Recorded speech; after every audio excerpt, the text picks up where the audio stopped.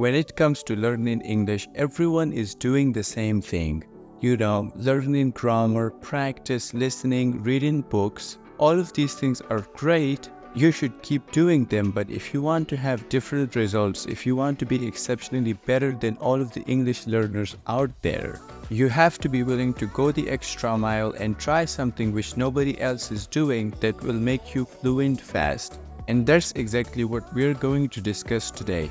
In this video, I'm going to be sharing with you 3 steps on how anyone can get ahead of the crowd and become an English learner who can speak English fluently without any mistakes and without getting stuck.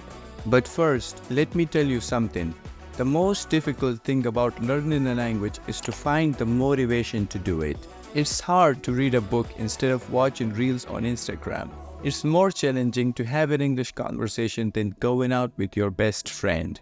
To fight this issue, we need to build good habits. Instead of setting up 10 alarms to wake up in the morning, we can build up the habit of getting up early. That will make our life 10 times easier. In terms of language learning, we can build up the habit of speaking English for 30 minutes a day, or we can listen to English for 30 minutes. That's awesome, but the problem is, building new habits take a lot of time. Some people say it takes 21 days, others say it takes 90 days to build a new habit. But on average, research says it takes around 60 days to build a new habit.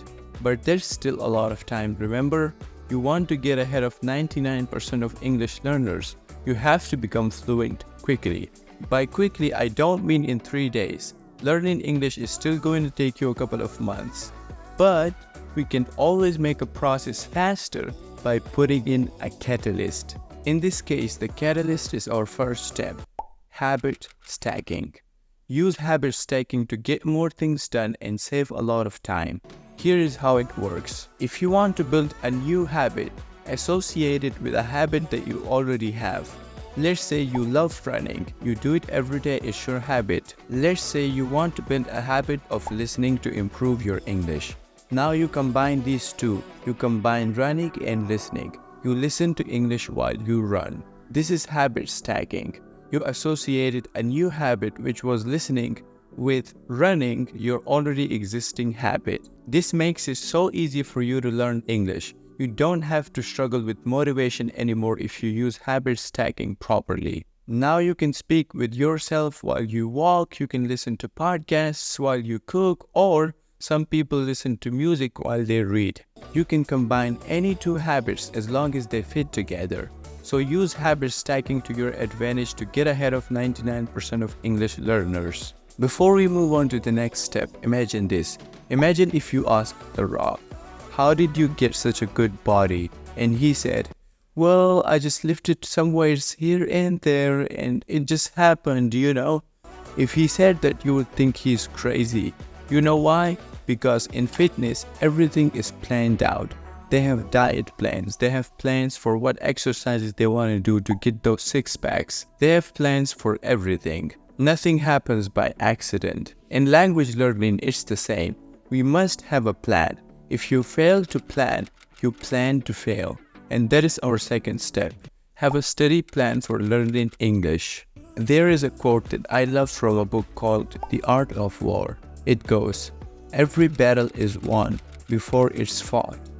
Every battle is won before it's fought." Think about it. If you have a good plan, you will become fluent in English. You will get to that advanced level. How do I know? Because I've experienced it myself. I had a plan from the start. From the very beginning, I knew, okay, I have to do this and that. And that's one of the reasons why my English got better so fast. Now here is how you can make a plan for yourself. Ask yourself, how much time are you willing to put into English every day? It depends on how busy you are, but at least you should have 3 hours for English every single day. The more the better, but less than 3 hours a day will definitely slow down your progress. Now there are mainly 4 activities: listening, reading, writing, and speaking. Let's say you give 30 minutes to each activity. There's 2 hours. For the 1 hour left, choose either of these 3: pronunciation, grammar, or vocabulary. Identify your weak spot and focus on that. If your grammar and vocabulary are good, but your pronunciation is terrible, then focus on your pronunciation and vice versa. There's the plan I would recommend everybody to use. It's not too difficult, not too easy. I think it's perfect for you. You can focus on the areas in which you lack expertise to improve it more. For example, for most people, listening, writing, and reading are pretty easy, but speaking is a nightmare for them. Then they should dedicate more time to speaking in order to get better at it. So take some time to make a plan for yourself. I already just gave you one. If it suits you, then great, apply it on your journey. If it doesn't fit you best, then feel free to make some changes here and there. But don't go without a plan. Believe me, having a good study plan will make your progress 10 times faster. Now, as language learners, our goal is to make as less mistakes as possible. If you make a lot of mistakes, your English is considered to be weak. We must reduce the amount of mistakes we make. One way to do this is to speak with someone or show your writing to someone who has advanced level. They will point out your mistakes so that you don't make them again. This way your English will improve very fast. But the problem with this is, finding such people is very difficult. Even if you find someone with high English level, they will not help you forever without you paying them. If you decide to pay them, like you hire a teacher or something, it's going to be very expensive for you. If you can afford it, that's great. Hire an English teacher or someone who has advanced level in English. They will point out your mistakes and help you improve fast. But if you're like me who can't afford to pay for something like that each month, then there is an alternative option, which is our third step. Criticize your own speaking or writing. When I say criticize, I mean in a positive way, constructive criticism. I believe the best way to find out your mistakes or criticize your speaking is to record your voice and listen to it again and again. In terms of writing, you can write an essay and read it a few times. You will be surprised by how many mistakes you can find out from your recordings and from your essays. You know, most of the times we make mistakes without even noticing them, because in that moment when we are speaking, we are so focused on what we want to say, so we don't really know if what we are saying is correct. But then when we go back and listen to our speech, we can actually hear a lot of mistakes, which is good because you can write them down. Make sure you correct those mistakes and never make them again. This is how you improve and level up. Remember, the less mistakes you make, the more amazing your English will sound. Now about recording your own voice, you can just press record and talk about a topic for 5 to 10 minutes. When you're done, listen to it carefully a few times. Pay close attention to pronunciation, vocabulary, and grammatical mistakes.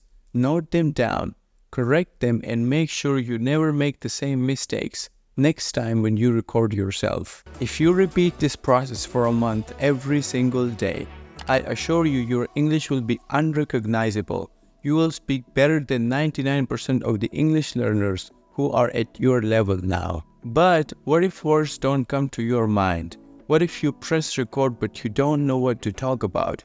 Your mind just goes blank. Well, in that case, the steps I mentioned will not help you because you lack something fundamental. I explained what that thing is in my previous video. Also, I gave you a solution for this problem of getting stuck while speaking. If you haven't watched that video, click or tap the screen right now to watch this video. Okay, bye for now. See you in the next lesson.